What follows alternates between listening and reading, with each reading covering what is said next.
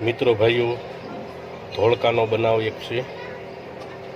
College circle મીઠી કુઈ પાસે કમલેશભાઈ દેવી પૂજક ભંગારનો ધંધો કરે છે અને કોઈ સોનીએ એમને તિજોરી એવી વસ્તુઓ બધી આપી દીધી છે, પણ કમલેશભાઈએ જ્યાં ભંગારની તિજોરીને ભંગારમાં આવેલી તિજોરીને એ બધું તપાસ્યું છે, એટલે એમાંથી ભગવાનના ચરણ પાદુકા સોનાના મળ્યા છે અને એ ચરણ પાદુકા એમને પરત કર્યા છે અને માનવતાની મહેક ફેલાવી છે।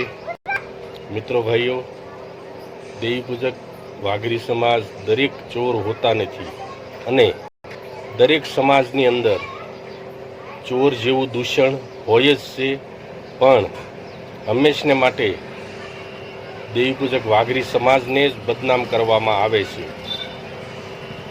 એટલે કમલેશભાઈ દેવી પૂજકે આ ચરણ પદુકા પરત આપીને માનવતાની મહેક ગુંજાવી કહેવાય અને માનવતાનું ઉમદું ઉદાહરણ પૂરું પાડ્યું છે કે સોનાની વસ્તુ હોય કે ચાંદીની હોય કે રૂપિયા પૈસા હોય, આ પરત આપે એટલે અત્યારે પણ માનવતા જીવે છે।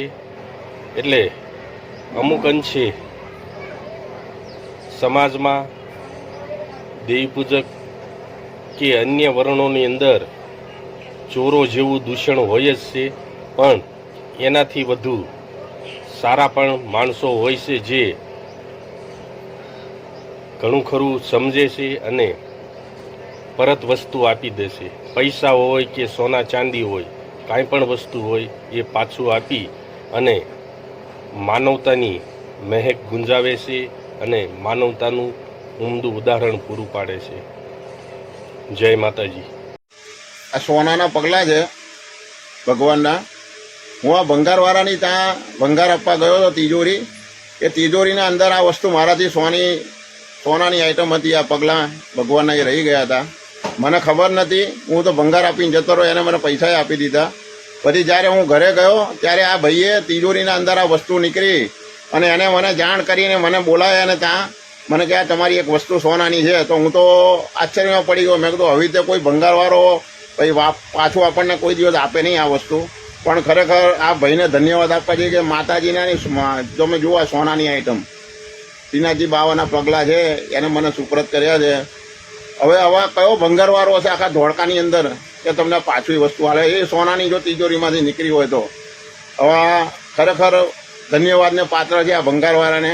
હું એમને આશીર્વાદ આપું છું કે જન્મો જન્મ એમની પેઢી આવી રીતે બધાને જે વસ્તુ પાછી આપતા રહે અને એમનો ભર્યો ભંડાર રહે એવા આશીર્વાદ હું આપું છું। જય માતાજી।